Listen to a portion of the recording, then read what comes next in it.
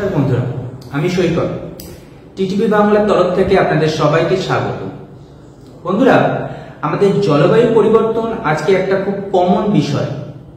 আর এই জলবায়ু পরিবর্তনের প্রভাব হিসেবে অ্যাসিড বৃষ্টি আজ প্রায় হামেশাই আমাদের আশেপাশে হয়ে থাকে। অ্যাসিড বৃষ্টি এই কথাটা মাধ্যমে আমরা বুঝতে পারছি যে যেখানে অ্যাসিড রিলেটেড, অর্থাৎ আমরা জানি যে জলের পিএইচ মাত্রা যদি 7 অথবা তার কাছাকাছি থাকে তাহলে সেটা আমাদের পানীয় যোগ্য, অর্থাৎ আমরা সেটাকে পান করতে পারি। শুধু আমরা কেন, যে কোনো জীব জন্তুই সেটাকে পান করতে পারে এবং তারা বসবাসও করতে পারে। কিন্তু যদি সেই জলের মাত্রা 7-এর অনেক নিচে চলে যায় তাহলে বুঝতে হবে সেই জলেতে অ্যাসিডের মাত্রা খুবই বৃদ্ধি পেয়েছে। এই কারণে আমাদের আশেপাশে এই অ্যাসিড বৃষ্টি এখন হামেশাই লক্ষ্য করা যায়। সাধারণত অ্যাসিড বৃষ্টিতে জলের অ্যাসিডের মাত্রা 5.6 অথবা তার আশেপাশেই থেকে থাকে। এই অ্যাসিড বৃষ্টির জন্য প্রধানত বায়ু দূষণ এক প্রধান কারণ। আমাদের বায়ুমণ্ডলে এত ক্ষতিকারক গ্যাস প্রতিনিয়ত আমাদের চারপাশের পরিবেশ ব্যবস্থা থেকে বেরিয়ে আসছে, যার ফলস্বরূপ এই অ্যাসিড বৃষ্টির সৃষ্টি। এই অ্যাসিড বৃষ্টি শুধু মানবকুল অথবা আমাদের প্রাণী জগৎকেই ক্ষতি করছে তা নয়, উদ্ভিদ জগৎকেও ক্ষতি করছে। আমাদের বাস্তুতন্ত্রে এক বিপুল বিনাশ ঘটাচ্ছে।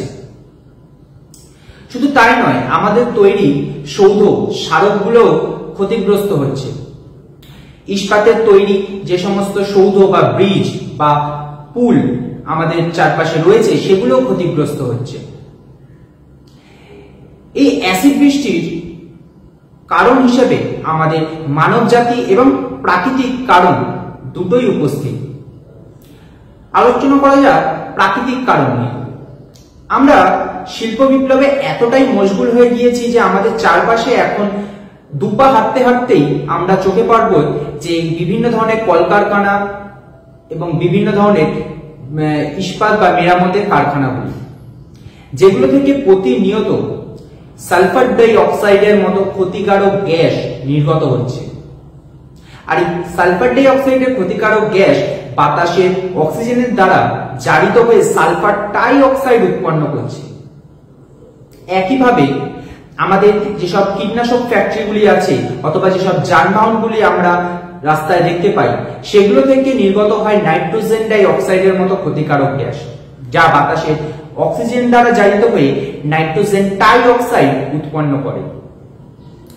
এই বিষাক্ত গ্যাসগুলি যখন বাতাসে মিশে থাকে এবং মেঘের মাধ্যমে যখন বৃষ্টিপাতে শুরু হয় তখন এই বৃষ্টির জলের সঙ্গে রাসায়নিক বিক্রিয়া করে অ্যাসিডে পরিণত হয় এবং অ্যাসিড রূপে তা আমাদের ক্ষেত খামার কৃষিজ জমি এবং আমাদের চারপাশে সেগুলো ঝরে পড়ে। এবার আসা যাক প্রাকৃতিক কারণগুলোর দিকে।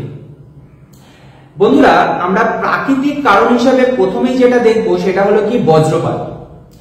বজ্রপাতের ফলে এক বিপুল পরিমাণে নাইট্রোজেন ডাই অক্সাইডের সৃষ্টি হয়, যেটা হয়তো আমরা অনেকেই জানি না। এই নাইট্রোজেন ডাই অক্সাইড বায়ুমণ্ডলের বাইরে বেরিয়ে যেতে পারে না, ফলে বায়ুমণ্ডলের মধ্যে থেকেই এটি দূষণ ঘটায়। এছাড়া অগ্নুৎপাতের ফলে সৃষ্টি হওয়া সালফার ডাই অক্সাইড। শুধু তাই নয়, যখন জঙ্গলে বা বনে দাবানলের সৃষ্টি হয় তার ফলে প্রচুর পরিমাণে কার্বন ডাই অক্সাইড আমাদের বায়ুমণ্ডলকে গ্রাস করে, যার আমরা বিপুল কিনারাও করতে পারি না। এই সমস্ত গ্যাস প্রতিনিয়ত বায়ুমণ্ডলকে উত্তপ্ত করে এবং একটু একটু করে জারিত হয়ে সেগুলি বিনাশ ঘটাচ্ছে আমাদের এই বায়ুমণ্ডলে।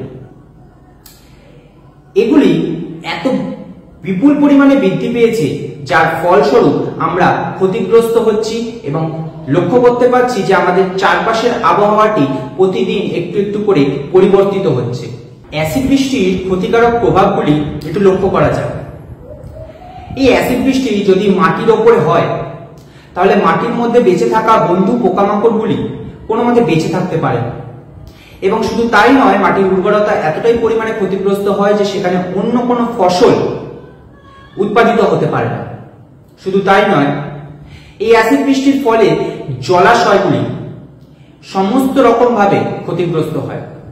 সেই জলাশয়তে কোনো জলচর প্রাণী বেঁচে থাকতে পারে না, সেই জল অন্য কোনো প্রাণীর জন্য অনুপযোগী হয়ে ওঠে।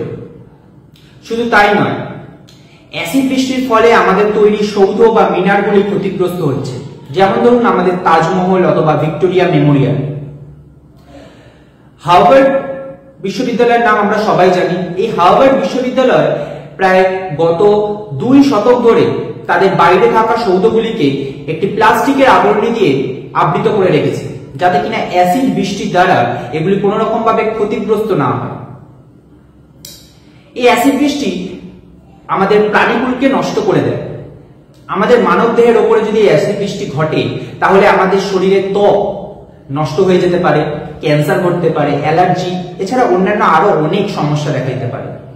আর চোখে পড়লে সেই চোখ হয়তো সারা জীবনের মতো নষ্ট হয়ে যেতে পারে। এই সব কিছু থেকে রক্ষা পেতে গেলে আমাদেরকে কতগুলো প্রতিকারের নিয়ম মেনে চলতে হবে।